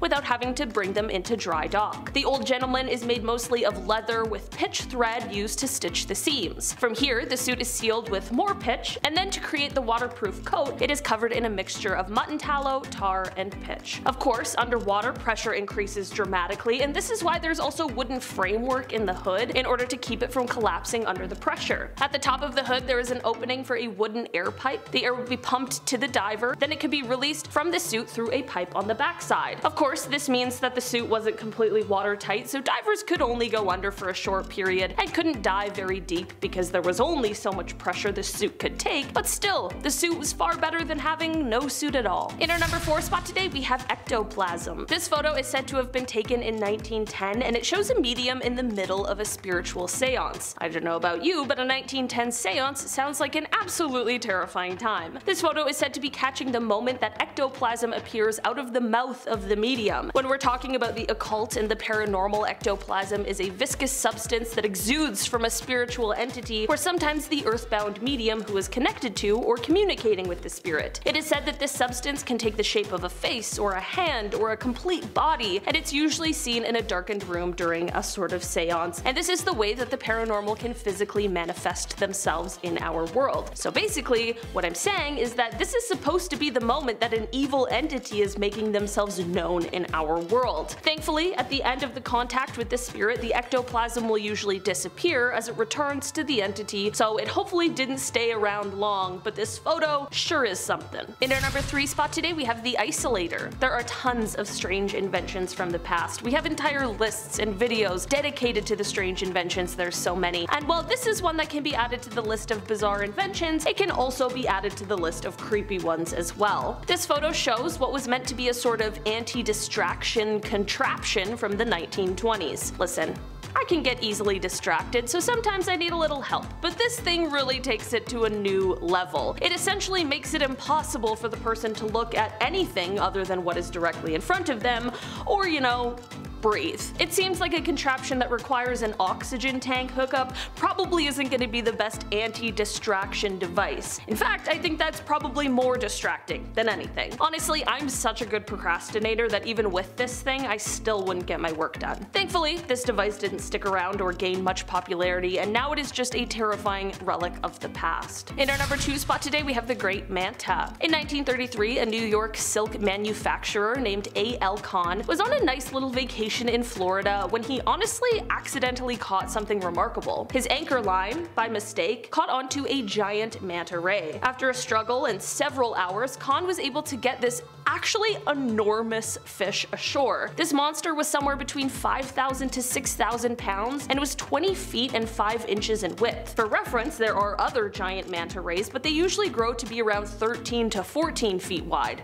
not 20 and a half. This photo is showing a taxidermy version of the fish, which Khan used to bring around to exhibitions to show off his accidental catch. In an article from December 10th, 1933 of the St. Louis Post-Dispatch's Sunday magazine, Khan is quoted as saying, "Fishing is a lot of fun when you catch the fish, and sometimes it's fun even when you don't, but when the fish catches you." And finally, in our number 1 spot today, we have the advertisement. This is a photo that comes to us from the time of World War II, and it shows a very terrifying kind of ad. The sign reads, "These men didn't take their Atabrine," and at first I had absolutely no idea what that was. Turns out that Atabrine was actually the first synthetic form of a drug which was used by the US military to fight malaria in the South Pacific during the war. It is estimated that as many as 2/3 of the troops fell ill with malaria. This sign is said to have been posted outside of a military hospital in New Guinea and was meant to serve as a warning for those who didn't take the medicine, warning that the skulls on top would be the fate that awaited them. Perhaps a little dark, but creative and likely effective nonetheless. First up is captured in a card. Alrighty, so you see this basketball card here. So centered, we've got Mark Jackson back in '89 playing a Knicks game, but over here in the far left background, we have familiar faces of Lyle and Eric Mendez. In 1990, the Mark Jackson NBA Hoops card went into circulation, a year after the two Mendez brothers depicted in the background killed their parents for life insurance in August of 1989. The brothers claimed a massive payout that allowed them to live a luxurious lifestyle, spending money on expensive watches, clothes, and cars. Among the items that they bought were tickets to a basketball game at Madison Square Garden, where they would eventually be immortalized on an NBA card. To make it a little creepier, logistically, this moment captured would have been between when they killed their parents and when they were arrested. Speaking of sports, there's such a thing as the wrong time to cheer, which is our next photo. See, this is Mike Hawthorne and Ivor Bueb celebrating with champagne after winning the 24H Le Mans. Look at the revelry and the glory between these men. Those around them have a completely different vibe, however. We've got an arrangement of meme expressions going on here. Homeboy in the back holding the book is giving a hell of a judgmental side eye, and we have a signature auntie are you serious expression going on. See, while these men are ecstatically celebrating their win, what isn't captured in this photo was that the raceway was covered in ambulances and fire trucks. Hawthorne had driven an opponent off the track, and the resulting accident killed 84 people, most of which were spectators. Videos of this event on YouTube are kinda insane to watch, not even because of the crash or the arrogance of the winners, but the announcer is so painfully cheery it's out of place, using an old timely projection system to shout, "Oh, women and children are dying, whole families are wiped out, but most of the finishing cars were British, a fine achievement in this abhorrent tragedy." It feels like a fever dream. Mountain climb to heaven is next, because if you climb Mount Everest, let's be realistic, all you're doing is making your inevitable trip to heaven a little shorter of a distance upwards, giving yourself and the creator a little shortcut, you know? Alright, so this photo has the same visual quality as some loosely scattered cat litter, but I'm sure you can make out that we've got these silly little tents here. Man, look how far tents have come.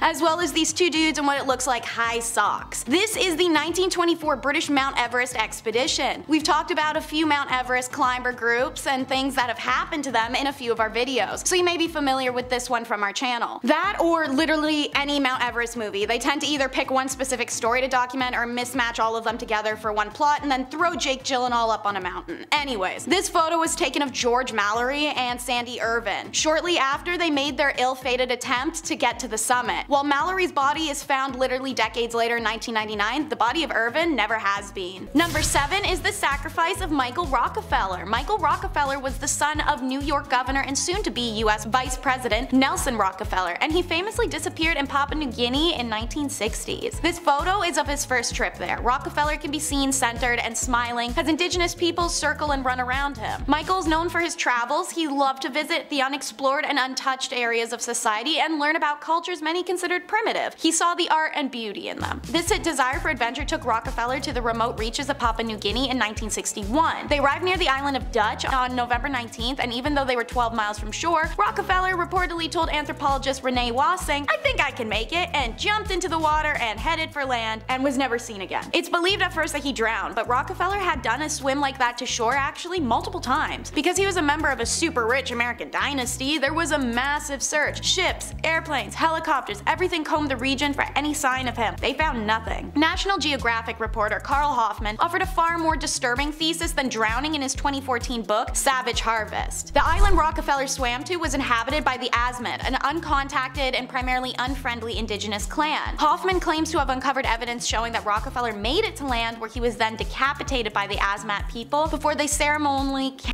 him, eating his brain and using his bones likely to make weaponry and other items. The confusing unanswered end of Rockefeller heir has since been debated, but it will always remain unsolved, sadly. Number 6 is we're leaving on a UFO. Not as catchy as a jet plane, but Marshall Applewhite was told by aliens it was a UFO indefinitely, so Marshall had been told a lot of things by the aliens, as had his wife before her passing. Affectionately self-dubbed as T and Do after the musical scales, they believe themselves to be of the highest caliber, like T and Do are on the scale. The cult these two began, Heaven's Gate, is famously recognized for the tragic mass departure members took on March 26 of 1997. It's on that day that the 39 members of the cult were convinced to consume a mixture of barbiturates and applesauce and then washed it down with vodka, as one member walked around to each poisoned person and tied bags over their heads to ensure asphyxiation. This mass taking of life was discovered days later when panicked family members of cult members hadn't heard from them. One former member went to go find his beloved wife, and well, I'm sure you can imagine what he found. What was confusing for many was to find the group covered in purple shrouds with their feet sticking out. They wore Nike sneakers with the classic white swoop. They believed these wings were going to carry them to the heavens. Countless photos were taken by FBI and police, most of which have been leaked to public by now and depict this very scene that I'm describing. Confusing and devastating, this loss was in international news and a reminder to always be aware of your own susceptibility to influence. Number 5 is the frozen man of Mount Everest. And yeah,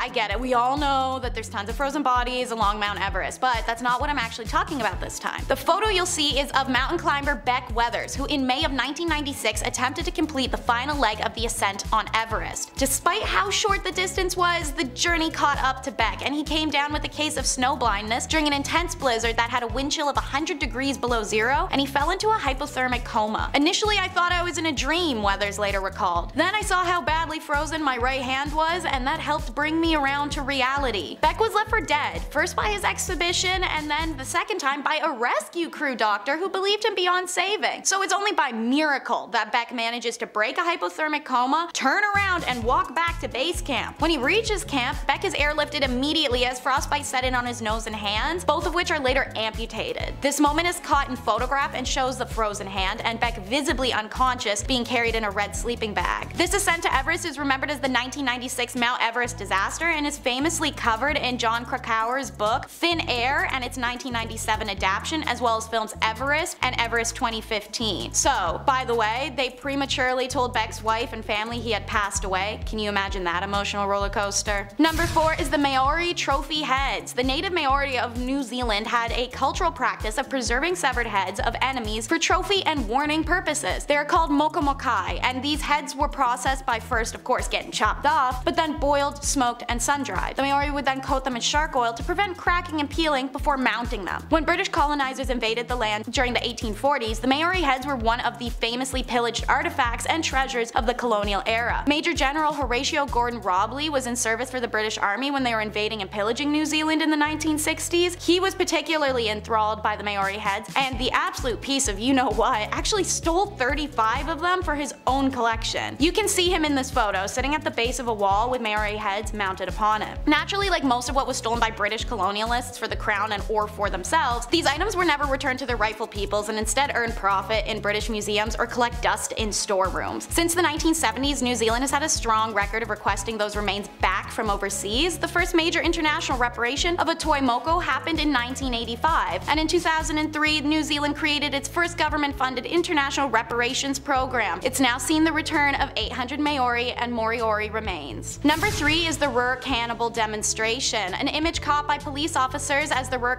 himself, Joachim Kroll, reenacts one of the crimes after his capture. Kroll was very particular about how he killed, and only doing so in the same place on a few occasions and years apart. This and the fact of the number of other killers operating in the area at the time, it helped him evade capture. This killer started in 1955 and didn't stop for 2 decades until his capture. He's known to have taken 14 lives without any rhyme or reason, no preference for age, gender, race, status, everyone was on the table. Pun intended, unfortunately, as Kroll wasn't just necrophilic with the bodies, he ate them too. After taking their lives and using their bodies, he would bring home pieces to cook. He was finally caught in 1976 after police discovered intestines from one of his victims clogging the plumbing of the apartment building. Police reported that when a neighbor had asked Kroll about them and if he knew what had backed up the pipes earlier, Kroll simply replied, guts. Why the police felt the need to reenact his crime photos, I'm not sure, but the result is several photos of Kroll propped over a volunteer in the park, looking full of ecstasy and primal delight that'll send a shiver down your spine. Number 2 is the tragic death of cosmonaut Vladimir Komarov. So, imagine knowing you're going to die but still walking aboard. That is what the Soviet astronaut Vladimir did on April 23, 1967. The craft had shown countless issues and flaws during testing to an extent where it wasn't even just Vladimir who knew this was going to happen. It was everyone working the project. So why did it go forward despite clear danger? No one was willing to back out and risk the fury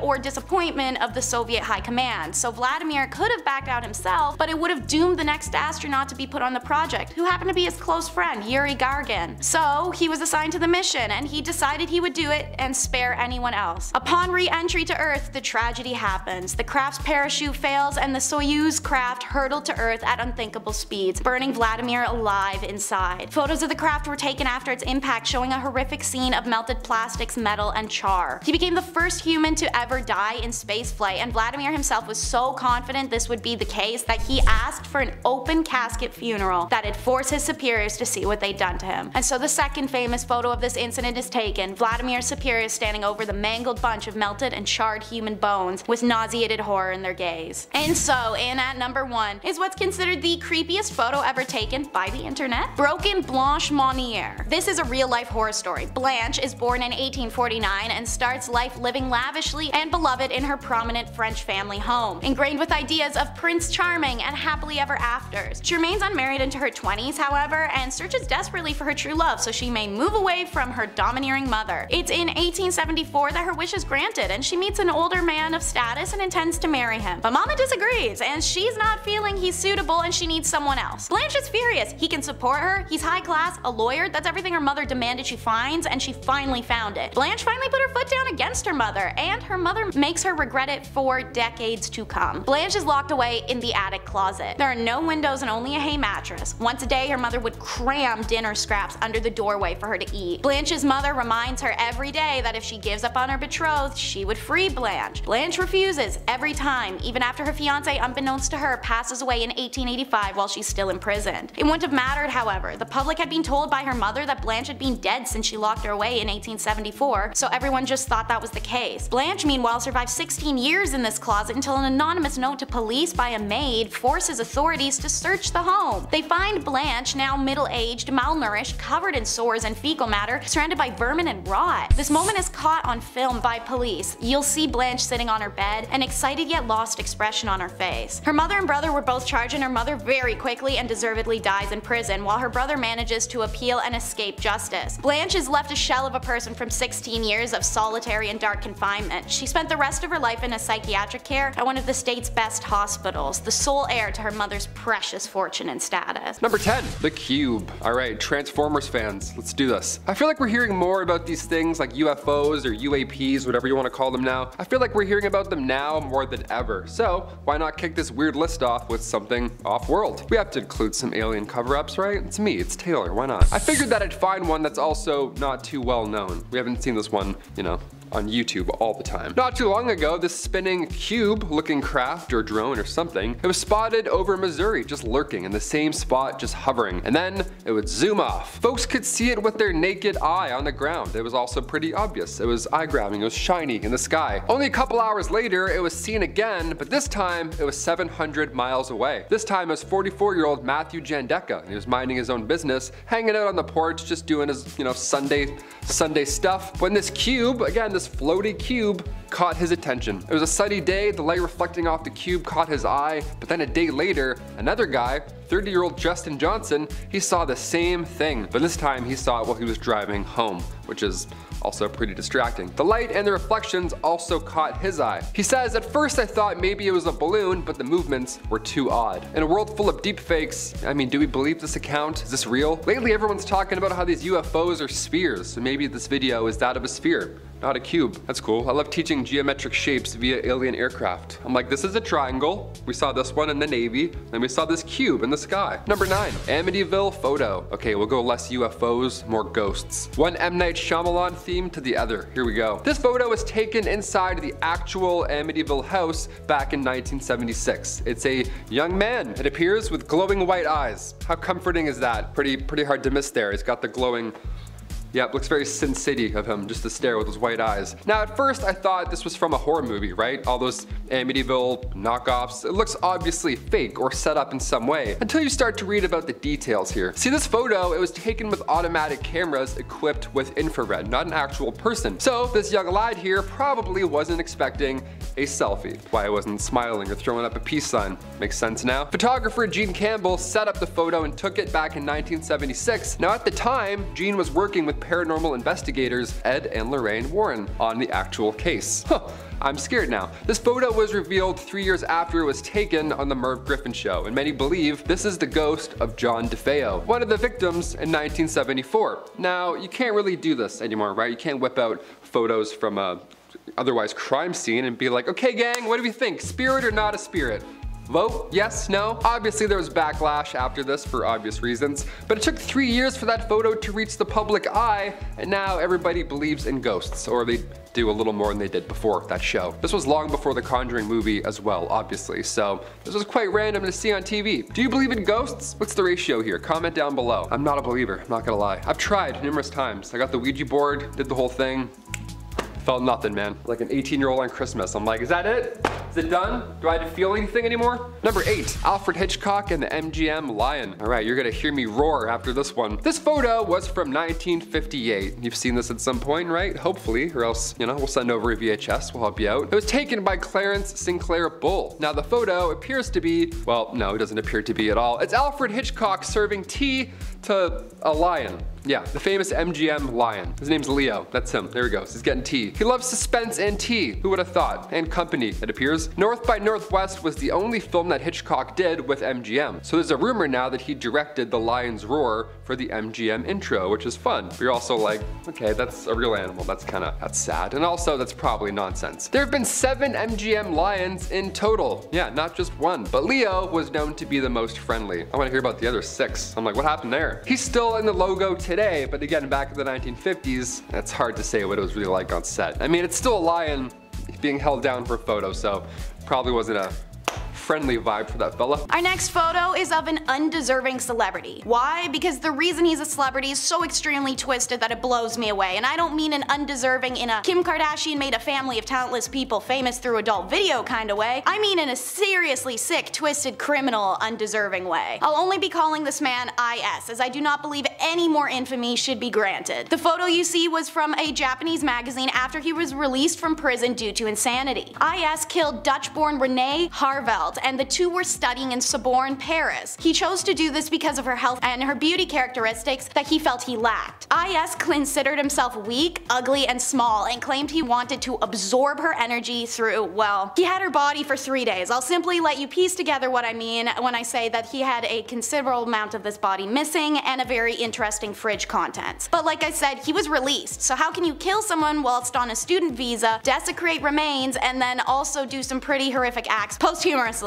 He is from a very wealthy Japanese family, and they somehow managed to get him released. Also, they paid the victim's parents a huge sum of money for the loss. That's the world we live in. After his release, he was frequently on talk shows, reviewed restaurants for magazines, and appeared in horror films. He even wrote a book on the murder of Renee. This next photo shows us you never know what could be just a reach away. This photo looks relatively normal. Now obviously it's not gonna be, it's on this list, and the fact that it's titled about reaching out to something, well, Sarah Funk, who you see here on the waterline, is a YouTube vlogger who's on a trip to Cyprus's Red Lake. And you can see her literally like 2 feet away from a suitcase lodged in the waterbed. It's 2 years after this photo's taken in 2019 that the drifting suitcase is retrieved and opened to reveal the corpse of a girl. She is one of 7 known victims of serial killer Nikos Mexata, whose signature was doing body dumps in suitcases. It's believed the reason this case was retrieved in the first place was due to previous sightings of it in the water once other victims of Nikos had started to be found and identified at the same time period. Sarah Funk has since commented on what it's like to know that she was so close to a body without being aware. I thought it was a log at the time, but in retrospect, I realized it wasn't. This is a completely fair explanation. As you can see from that picture, the case was incredibly dirty and hard to identify even as a briefcase. This man is the first recorded serial killer on the island of Cyprus and is currently serving 7 life sentences in Central Prison. Our next photo is recreating time. Pun is intended. The photo you see on screen is very peculiar, but not the most outlandish. It's a man standing shirtless behind the fence in a summer afternoon, looking like something out of an old country family album of sorts. His name is Fikret Elite, and he was photographed in this exact spot for a Time magazine cover back in 1992. You are quite literally looking twice with these images. Emaciated, it's almost hard to recognize him. Fikret can be seen holding his t-shirt in one hand and reaching with his other through the barbed wire to take someone's hand. This is during the Bosnian War from 1992 to 95, and Fikret was one of many prisoners held in camps at the time. This recreation of the Time magazine cover was taken in the mid-2000s, and the building behind him now is a community center without any plaques or memorials of the victims of the notorious prisoner camps in Bosnia. This region is now under the rule of the same faction that was responsible for the camp, so they engage in a lot of historical denials and concealing. Fikret's story remains one of incredible perseverance, especially as he and other victims still go before the UN today in battle to have reparations and acknowledgement. This vintage photo isn't so vintage, but it's old enough so I'm counting it. It's Bad Santa. This early 2000s family Christmas photo reps a normal looking scene. White picket fence family, the itchy velvet Christmas dresses, the big sparkly tree, and the serial killer Santa. That there is Bruce MacArthur. In the warm seasons he is a landscaper, but working in the Agincourt Mall as Santa during the holidays. Between 2010 and 2017 he terrorized the gay village district of Toronto, Ontario. Luring men in through dating apps, he killed and disposed of 8 individuals in the planter boxes of properties he managed. For a long time in the community, people had known someone was taking gay men off the street, but the Toronto police were resistant in believing something was suspicious. I remember myself seeing posts on Reddit and Twitter mere months after the first of the disappearances, frustrated with the lack of police action and urging the community members to stay alert. It takes multiple victims and community engagement for police to start an investigation, and it's thankfully in the nick of time. They'd been watching Bruce for a while before his arrest when they saw a young man enter his place. After about a half hour of nothing, they decide to make the risk to move in for an arrest. When they entered the unit, the young man was tied up and unconscious, and they caught Bruce in the act. No way to plead guilty, my guy. He's found guilty of 8 counts of first-degree murder. Our next vintage photo is one that speaks to us still in modern times, a determined mother. This photo was taken on Mother's Day. The woman in it is Margie, a 23-year-old, and she's holding her infant son while attempting to hitchhike. As you can see, it was printed in a newspaper column and has a subject line describing Margie's struggle with her husband Mike to find an apartment. I imagine that struggle, alongside the fact that she is hitchhiking, likely correlates with financial difficulties. Unfortunately, Margie's luck never got better. This is very likely the last photo of Margie alive. Less than 4 months later, she was killed by her husband Mike during a fight. In the time between this photo and her demise, their son Brandon had been taken away and put into foster care, where he was later adopted by his foster parents after Margie's sudden death. Little information exists on the photo other than this, and on what Brandon's life became. This is still recent enough history that some may recognize the story, the Manifesto Man. This photo seems so simple. A man appears to be in a wetsuit, he has multiple police badges displayed, and he sits in a stoic manner. This is no cop. In fact, this photo was taken after his arrest in July of 2011 for killing 77 people and injuring 250. Anders Behring had a manifesto for killing political enemies as a far-right extremist, first killing 8 people outside the tower block housing of the office of the Prime Minister. The method used caused distraction, enough for Anders slipping away in a police disguise to pull part 2 of his plan, which is hop in the ocean and swim to political youth wing summer camp just starting the season. He chose the summer camp for the politicians who came to visit the camp, which was for members of political youth adult clubs and organizations for co-ops, school courses, or just special interest in politics. Once on the island, well, he opened fire. Many who were afraid and unsure of where the danger was coming from went towards Anders for safety due to his police costume and received the opposite. His verbalized intent that day was to kill everyone he could, and thankfully he did not succeed. But some swam away and were rescued by people staying at campgrounds across the water who brought out boats to pull everyone out. Others hid in various places on the island. Netflix released the film 22nd of July about this event in Oslo, and the movies White Rage and Bravehearts also tell the story. Ultimately, this event only took place due to Anders' racist ideology, believing Norwegian politicians were lenient on immigrants. Let's talk about the most disastrous hostage crisis our world might have ever seen, the Gladbeck hostage bus.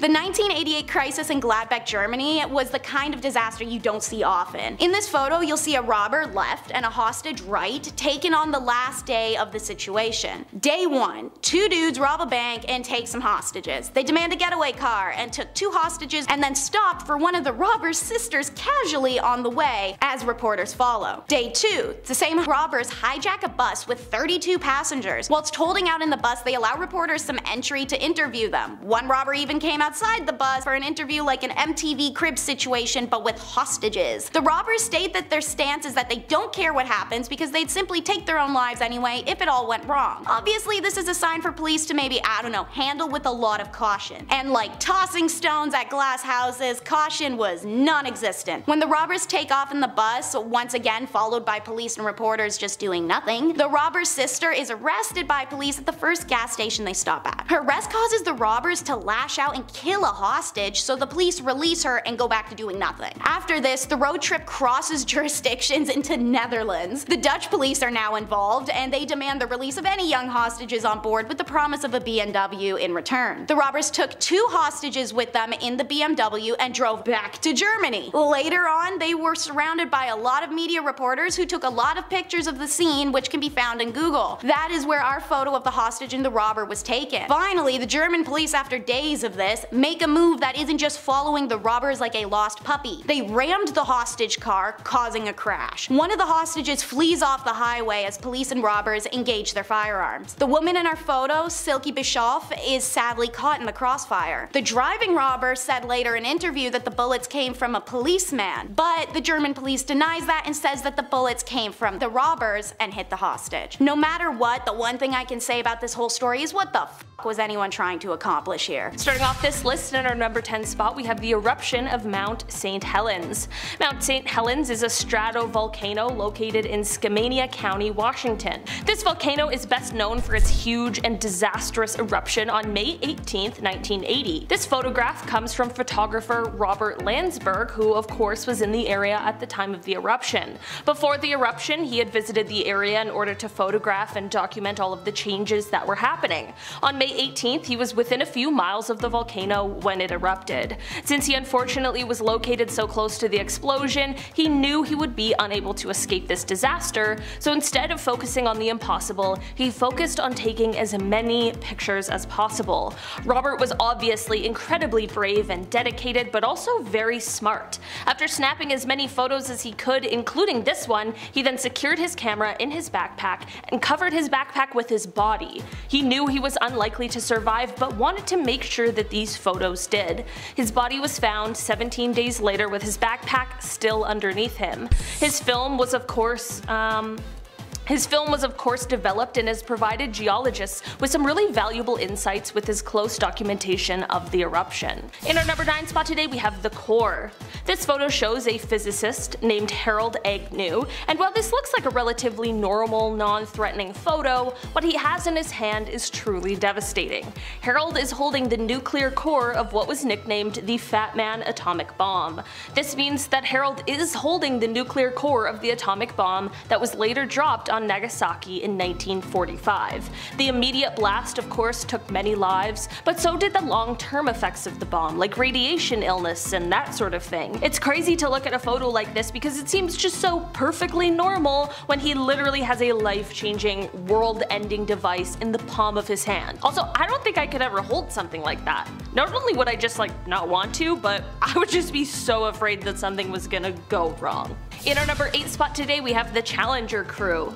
This is a photo that was taken of the clearly very excited Challenger crew as they walked down the ramp ready to head off on their mission. The crew even included 37-year-old Krista McAuliffe, who was a high school social studies teacher. She had won a spot on this mission through a program with NASA called the Teacher in Space program, and she had trained diligently for months in order to be the first non-military person in space. On January 28, 1986, the Challenger mission proved to be fatal just 73 seconds after liftoff. 2 rubber O-rings failed because of the cold temperatures of the morning, and on live television, the world watched as the spacecraft broke apart and plunged into the ocean, sadly taking the lives of everyone on board. It is an absolutely tragic event made even more chilling by this final photo. Number 7. Gloria Steinem. Oh, here we go, a scandalous one. Back in 1963, the Playboy Club in New York City was booming. It was one of Hugh Hefner's greatest accomplishments at the time. This club was the talk of the town, that is until Gloria Steinem came in and started reporting some stuff. Gloria was a feminist writer. She's an icon. She created Miss Magazine back in 1972, but her career began much earlier, around the 60s. See, she got a job as one of these Playboy bunnies, you know, must be a comfortable getup, and she worked at the club undercover, secretly taking note on how this key holders only establishment was operating, right? Cool, what's going on here? What's the big scoop here? The staff were these young women, these beautiful young women, these bunnies. They had to wear the black bodysuits, the puffy white tails, the whole getup, and at age 28, Gloria worked undercover there for 3 weeks straight. And the piece she released after, appropriately titled A Bunny's Tale, great title, by the way, she nailed that one. It got so much attention that it kickstarted her freelance career and also made her a feminist icon. This photo of Gloria undercover shows you the comfortable work outfits she had to endure just to get the story out. Yeah, doesn't look like she had her non-slips on there. That's a write-up in my books. In a collection of her writings, Gloria reflects on the undercover piece, saying that it now has outlived all of the Playboy clubs, both here and abroad. That was before Hefner passed away in 2017, so I will add that you also outlived him as well. Good, he wasn't a very nice lad. Let's move on. Number 6, North Sentinel Island. Alright, we got some people, some aliens, some ghosts. What else do we need, Taylor? How about some weird islands? Sure. North Sentinel Island. We gotta head over to India for this one. This island is the home of the Sentinelese tribe. You've probably heard about this at some point. One of the most forbidden islands in the world. But why? Located in the Bay of Bengal, North Sentinel Island is about 1,200 kilometers away from India. And while most islands are shrinking, this one actually grew back in 2014. Yeah, the universe is like, more. Yeah, you need more of this, sure. The island lifted up a couple meters during an earthquake, so the west and south sides, they gained an extra kilometer. Nice. DLC unlocked. The inhabitants on this island are among the few uncontacted tribes left in the world. They have apparently been there for 50,000 years, and there's no sign of agriculture or even fire. Yet somehow this tribe has thrived for ages. Now, if we try and get close, they will try and drive anybody away. More than fair. Like, we have enough room. We're good. Let's just leave. In fact, back in 2006, 2 fishermen sadly lost their lives because they got too close to the island without knowing who was on it or what the island was. Yeah, you can't just approach random islands. You gotta do some homework. That's why I'm here. Number 5, Lascaux Cave. If you didn't visit this cave back in 1963 or sooner, well, you lost your chance because, well, humans ruin everything. Now we can't even see ancient art anymore because, well, it's too many of us. The Lascaux cave system is now a World Heritage Site in France, but once it was a booming tourist attraction. These cave paintings, see, they're 17,300 years old. They're quite ancient. We can't really touch them. You can't have someone write Steve was here on it. Can't do that. Paintings that depict cattle, bison, stags, you name it. They're beautiful. They're complex, and of course, like I said, they're extremely old. So old, in fact, that the cave was closed to the public forever in 1963 after it declared human presence wasn't healthy for the art. Yeah, our dirty coffee breath would eventually cause this art to fade away, so we had to hold our breath. We gotta leave, we gotta close it off. There we go. Plus, I'm sure somebody would have snuck in with a Sharpie by now and ruined it. You know what I mean? Or like graffiti, it would have been gone by now. You know it. 7,000-year-old paintings. Yeah, protect these for another 17,000 years, please. Number 4, Surtsey Island. Another fun island, another weird story. Here we go. When it comes to new things in life, it's pretty rare that we get a new island, right? Especially on our planet when we're losing things and melting. How lucky are we? Sure. We're even luckier that Disney didn't build a resort here first, because now scientists, now they get a chance to study what an island looks like without human interaction. That's a fun little project to focus on in the future. That's cool. It's pretty cool. It's weird and scary, but it's cool, I guess. Yeah, I'm kind of nervous. I don't know. Surtsey Island in Iceland, as of right now, it's only open to a few scientists and geologists. Everybody else, beat it. Go find your own island. Get out of here. It was born from a volcanic eruption back in 1963, and scientists, they have one rule on this island. Don't talk about Fight Club. And the second rule is no seeds. Yeah, no life, no chance at life at all. Choose something else, anything else, please. One guy accidentally pooped out a tomato seed and he almost ruined the whole operation. Guy almost ruined this entire plan. What a stressful job. It's so eerie to see the oldest human history and then immediately after see a new island where humans are forbidden. It's like, we're not allowed to go and be places anymore. I'm kind of, that's not great. What are we doing here? I'm just breathing on things? I can't take a shit on this island? Number 3, spaceman. Look, we've all been photobombed before. It's a blessing in disguise. You look back at prom photos, some dude's trying to do a moonwalk in between, his face is like melting this way. It's great. You're like, ah, classic Jeff. It's the best. But when Jim Templeton took a photo of his daughter in a otherwise empty marsh long before Photoshop existed, and yet somehow there appears to be an astronaut in the background, well, that's not very fun, is it? That's a little bit concerning. Jim assures us that nobody was around when this photo was taken, which I of course believe, because why would you put your kid in a photo with whatever that is? That's, no thank you. It's not a weird, we're not gonna go and talk to that guy. Also, the fact that this man looks like he's from space, that ought to do it. That makes him more weird and believable. What are we looking at right now? I have no idea. Kodak even got involved in the story, like Kodak. Not Kodak Black, like the company. They got involved. They confirmed this photo was not tampered with. Yeah, and that's Kodak, right? They don't lie about anything. Spider-Man leak, Kodak's like, nah, it's Andrew Garfield. Don't listen to that. So authentic. Can confirm. Number 2, nursing home spirit.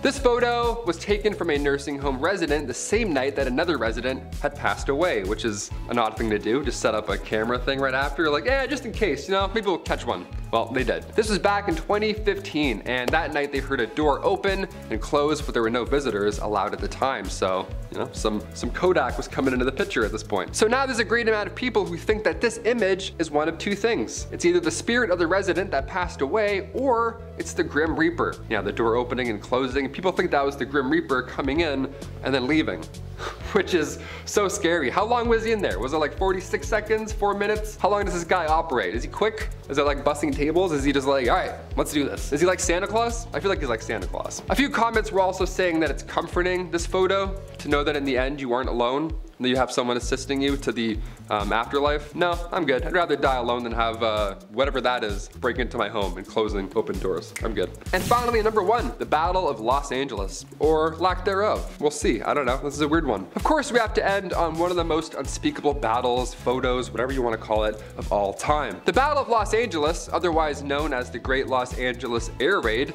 happened during World War II, right at the end of February 1942. Now, this event, first of all, took place only a few months after the Pearl Harbor attack, so I'll admit everyone's a little on edge. We're a little stressed out, we've got some hands hovering over some buttons, we're a little nervous. Sure, something like 25 enemy aircraft was apparently spotted flying over Los Angeles in the late hours of February 24th. So air raids then went off, blackouts were put in effect. This was not a drill, right? Or was it? What was this? This thing was getting lit up in the sky. Around 1,400 shells were blasted off and 2 people had a heart attack. That's how loud it was. In total, 5 people ended up dying from this retaliation, and apparently it was a false alarm.